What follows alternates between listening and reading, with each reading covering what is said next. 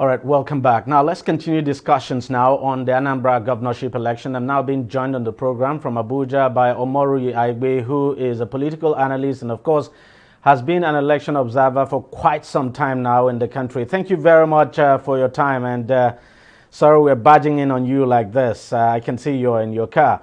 But let me start by asking you, you look at what INEC has on ground and everything that has been put in place, the security situation in Anambra State and the deployment, of course, that the police has announced.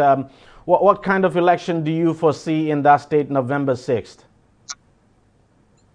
Straight to your question, I foresee a militarized election, an election that is an election that is largely dominated by security forces. We saw that in 2017, where every poll you get to, every block, every junction, every crossroad, there is a high level of military deployment, and arguably the turnout in that election was about 22%.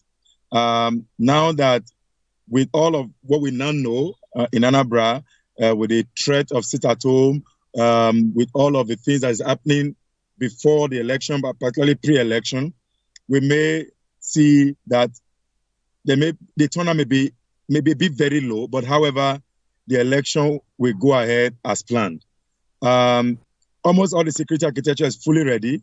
And for INEC to tell you they were going ahead, they would have gotten all the intelligence reports.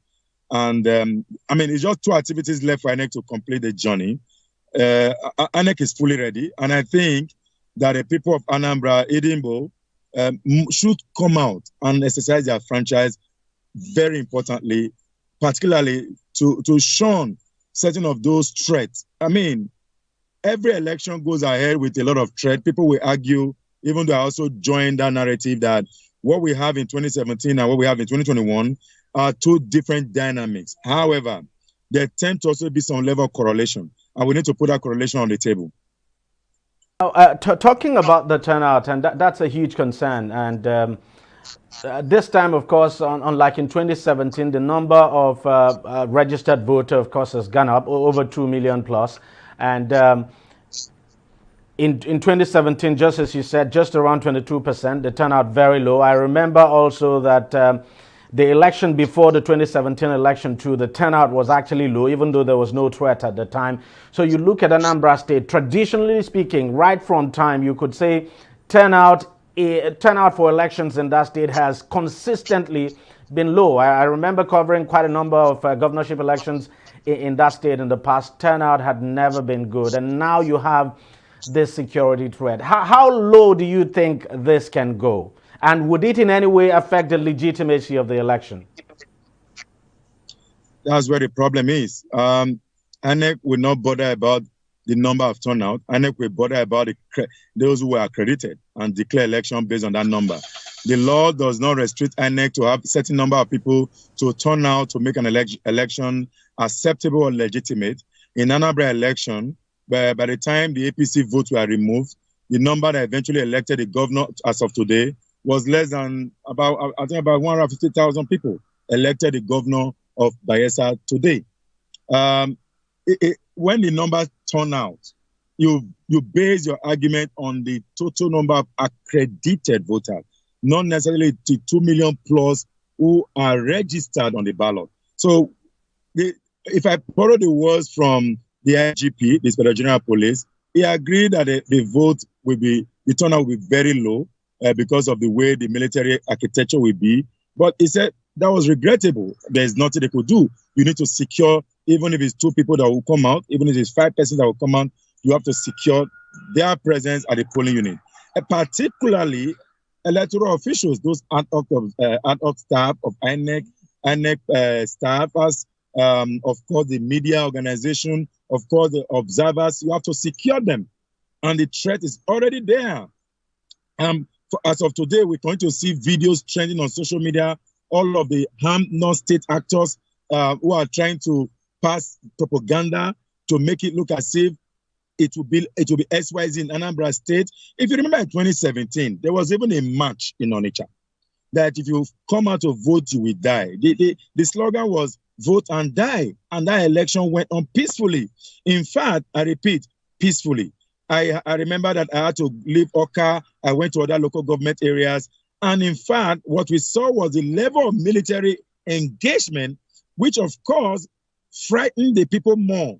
So even though they are already afraid of this threat, they sit at home from 5th to 10th, but that there will be everywhere you turn, in your location, in your backyard, in your front yard, there's a military, there's a police, there are DSS, there are civil defense corps, all fully armed. The tendency that people will not show up will be very high. And I also assume that because of the experience of 2017, people will also need to recall that because they didn't come and the election went on as planned, and the results was declared. Out of 2.90 or so million people that were registered in that election, about 400,000 plus came out and voted, and the election was declared. And that winner is the one that is leading by much. And it's very important that people understand this, that whether or not they come out, the very few people who come out will vote, and I mean, it's on that basis that results will be declared. Exactly. What I think the people should do is to organize their own security architecture at the community level. They could meet and agree, and then get to the police or the army or whatever to say, these are us in this community. These are the way we will behave. We don't want you to come to the polling unit. We want you to be outside the polling. You have a negotiation because the polling unit is expected to be closer to you. And the good thing that INEC has also done, which is very fantastic in this election, they've allowed people to move around their polling units. So even though it has closed in Anambra a long time because of the election, because the law says 60 days to election, accreditation, CVRO would have ended. So for Anambra election, they soon be picking up their ballot paper, particularly those who move their polling unit around. And now INEC has also increased the number of polling units. We no longer have the voting point as we used to have. So now it's a full-fledged polling unit that is expected to be closer to you, or closer to your house, or closer to a place where you have chosen by yourself.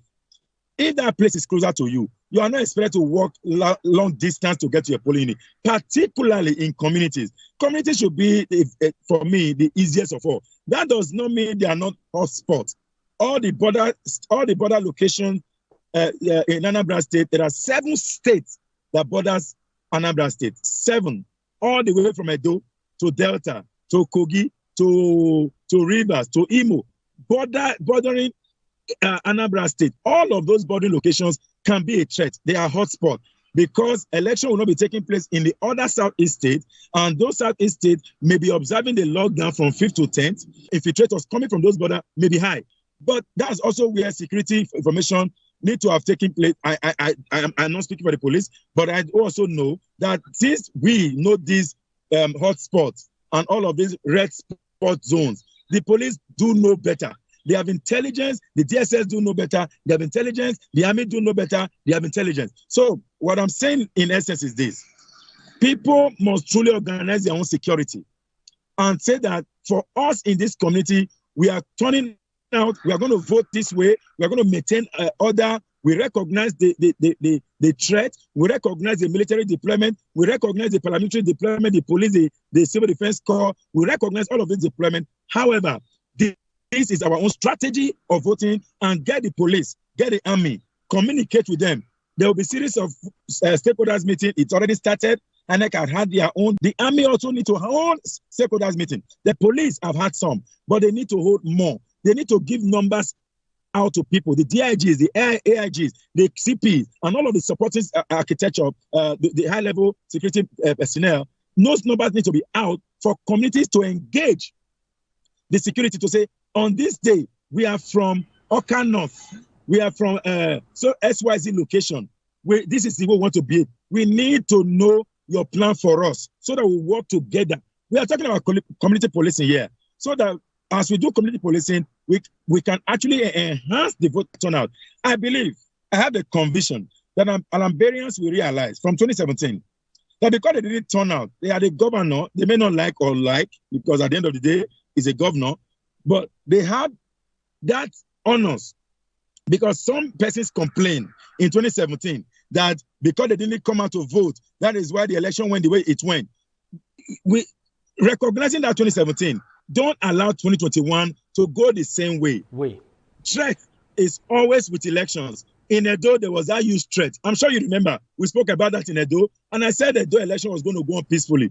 And on Edo election, there was threat. There will always be threat in election. However, the Anambra case is a different dynamic, but there will always be threat. There will always be fake news. There will always be that level of fear to make people not come out, so that the people that will come out eventually will be people that will vote for the individuals who are promoting this fear. Yes, because there's no question at all that there's that chance, high possibility that some politicians still will want to take advantage of the security situation and let it work for them, so to speak. Well, thank you very much, Mr. Umaru AIGBE, for your time and for sharing your thoughts with us on that election. And I know you'll be observing that election, but of course you've got to be very careful as well, and including every observer, because just as you said, the security dynamics in Anambra State is quite different from what we saw in Edo and Undo. So let's just hope things go peacefully and that the people of Anambra State peacefully elect their governor. Thank you very much for your time. Thank you.